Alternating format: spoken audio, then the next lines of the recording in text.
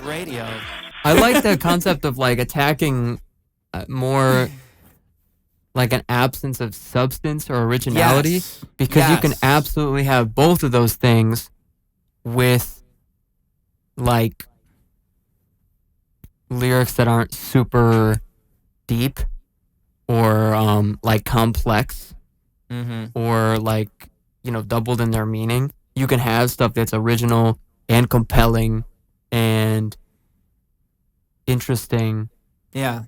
Why do people listen to classical music? There's no words. Nobody listens to classical music. What are you talking about? Listen, people were jamming out to classical music back in the day.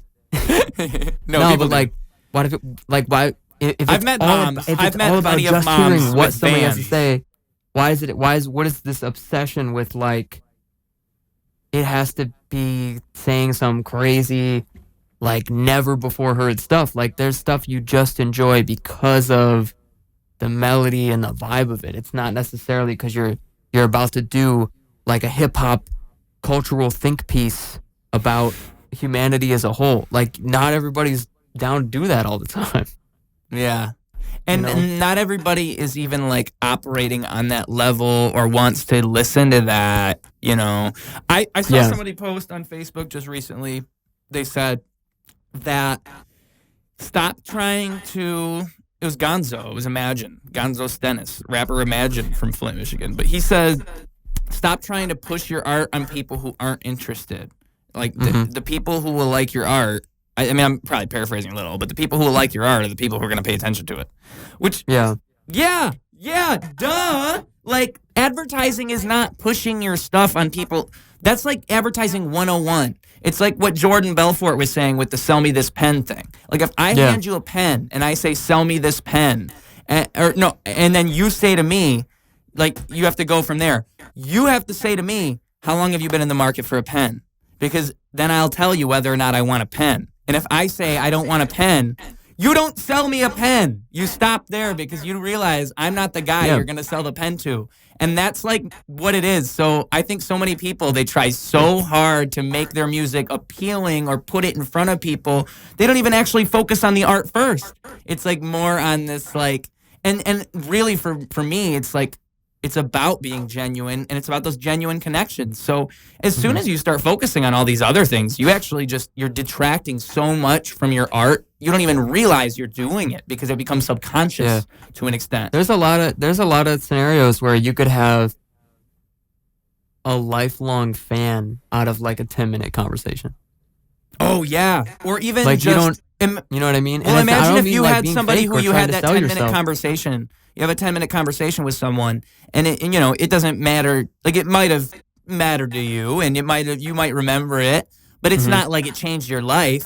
But then you develop some type of importance throughout the years, and that person, they had a 10-minute conversation with this guy who now has all of these fans, and you spent 10 minutes with them 10 years ago and actually gave them the time of day. That's exactly what I'm saying. But the thing is, it's so cool because it's not like, it's not like not genuine. It's very like real. I have conversations with people because I think they're interesting or because I want to thank them for their interest, or also maybe hear why they're interested or why they like my stuff, or, you know, just talk to them and, you know, say hi. It's cool, you know? Yeah. It's like, I'd rather have like, I mean, of course it's every like musician's goal pretty much to have some number of like fans, I guess, but I almost consider them more like friends and just people who are interested. You know, they have their own lives, so they're not just my fan, you know what I mean? Like they have their own shit, and a lot of I take a lot of I feel a lot of value in having someone who is a fellow musician who will say like, I'm a fan, you know? That means so much to me as someone else who creates music to say like, I really like what you're doing with music, you know what I mean? Yeah. And that's not to like downgrade, you know, appreciation from anybody else, but like when someone does your thing that you do and they fuck with what you're doing, then it's like this whole other level of validation. You know what I mean? Mhm. Like to hear a kid say you're a great, you know, for have a kid to say someone's a great parent is one thing, but for one parent to say to another parent that they're a good parent, the whole separate thing. You know what I mean? Yeah. It's all about like what perspective they have. 'Cause like if, you know, and this is not to diss on any like kids on Instagram or anything, but if some kid on Instagram says like, this is fire, that's cool. But if my friend who's been making hip hop music for as long as I've been alive says this shit is killer, that's like a whole different thing. You know what I mean? Yeah. That's It holds a different value for sure. yeah. Well, and I think it's like, I mean, it's sort of goes to show,